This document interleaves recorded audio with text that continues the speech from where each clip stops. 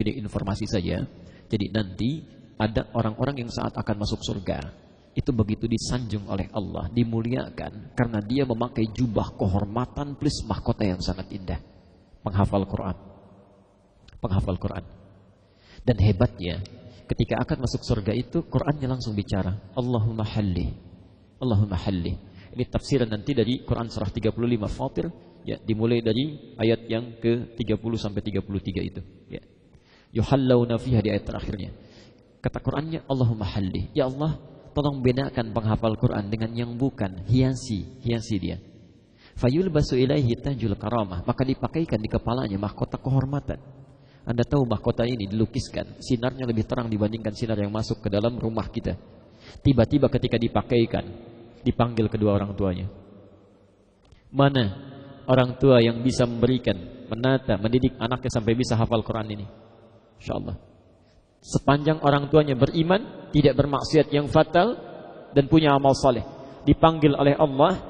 Kemudian anaknya diminta membawa mahkota, dipakaikan di kepala kedua orang tuanya. Jadi ketika si fulan dipanggil, fulan, Masya Allah, dia datang, orang tuanya dipanggil. Dan anak itu dengan gembiranya memakaikan di kepala kedua orang tuanya. Orang tuanya belum tentu hafal, tapi dia berinvestasi. Bapaknya boleh gak hafal Quran, anak saya mesti hafal. Ibunya gak tahu hadis, anak saya mesti hafal. Anak saya mesti tahu. Maka orang-orang inilah yang punya kehebatan nanti, kebanggaan saat dipanggil oleh Allah. Keluarga besarnya dipanggil, fulan bin fulan. Datang dia membawa mahkota, dipakaikan. Anak Anda ada di mana? Lihat Omar, ini kisahnya tentang Omar, orang Indonesia, punya ayah sibuk luar biasa di salah satu sekolah internasional. Ini kisah nyata. Kalau di sekolah internasional kan suka ada Father Day, ya, hari ayah itu. Jadi semua anak-anak itu perform. Ini bapaknya Umar, Pak, ini jarang datang, ibunya aja yang datang. Satu kali ibunya mengatakan, kalau bahasa kita, Pak, ya, yang selalu datang tuh saya, yang lain bapaknya, ini kok ibunya. Kalau momen nanti nggak datang, akan ada masalah di keluarga kita. Maka bapaknya mulai meluangkan waktu, agak malas-malasan, kemudian mulai duduk. Ya, duduk paling belakang, Pak. Ketika yang lain perform, ada yang nyanyi, yang baca puisi, macam-macam, Umar akhirnya dipanggil. Saat dipanggil itu, dia minta untuk memanggil satu nama laki-laki. Tapi begitu mengejutkan, yang dipanggil bukan bapaknya. Panggil si fulan katanya, ternyata guru ngajinya. Guru ngajinya. Ketika dipanggil, lalu dikatakan oleh Omar, tolong tes hafalan Quran saya. Ternyata anak ini ingin perform dengan hafalan Qurannya. Allah. Mulailah dites oleh gurunya, bacaan Naba. Ayat pertama, ayat kedua, ayat keempat, sampai kelimanya, 2, 3, 4, 5, lancar. Kata gurunya cukup, sekarang diacak. Ayat 15, ayat 20, ayat 40, teruskan ini, lanjutkan itu, lancar semua. Kata gurunya, Umar, kenapa engkau memilih menghafal Quran dibandingkan dengan perform yang lainnya? Beda dengan teman-temanmu. Lihat kalimatnya. Saya pernah mendengar, saat kita mulai belajar Quran, Ustaz pernah mengatakan, kalau saya bisa menghafal Quran sampai saya pulang nanti, maka saya akan diberikan mahkota, dipakaikan di kepala kedua orang tua saya. Saya tidak ingin berpisah dengan ayah yang sangat sibuk saat ini. Saya ingin bersatu semuanya di surga. Maka saya hafalkan Quran ini untuk memakaikan mahkota di kepala ayahanda nanti. Maka bapaknya mulai menangis, dikejar anaknya, dipeluk. Mulai saat diangkat sampai hari ini keluarganya menjadi keluarga yang sangat Qurani. Kita ada di mana?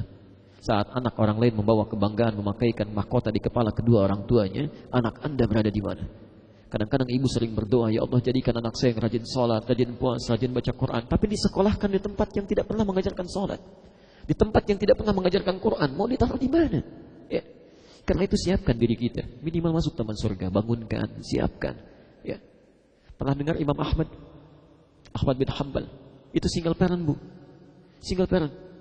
Di begitu suaminya meninggal dunia, anaknya masih kecil, itu ibunya yang membangunkan di malam hari, Pak. Beliau saat musim dingin dihangatkan, dimasak dulu airnya, kemudian digendong, Bu. Ibu bayangkan, digendong ke masjid, digendong.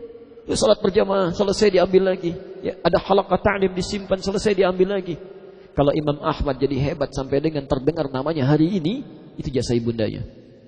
Jadi ibu bisa bayangkan, Imam Asy-Syafi'i, gurunya Imam Ahmad, tidak kalah hebat ibunya, single parent. Lahirnya di Gaza, di tempat yang sekarang dibombardir oleh Zionis itu. Ya. Itu luar biasa. Begitu lahir, kemudian tumbuh, meninggal ayahnya. Pusat ilmu ada di Mekah. Itu anaknya digendong oleh ibundanya ke Mekah. Digendong, Anda bayangkan. Tawaf. Ya, kemudian begitu seperti persis tadi Imam Ahmad tadi, ya, setelah generasi itu. Begitu ada ta'lim disimpan, begitu ada pelajaran disimpan, diambil lagi, gendong, dirawat. Kalau Imam Asy-Syafi'i namanya sampai harum sekarang, itu ibundanya.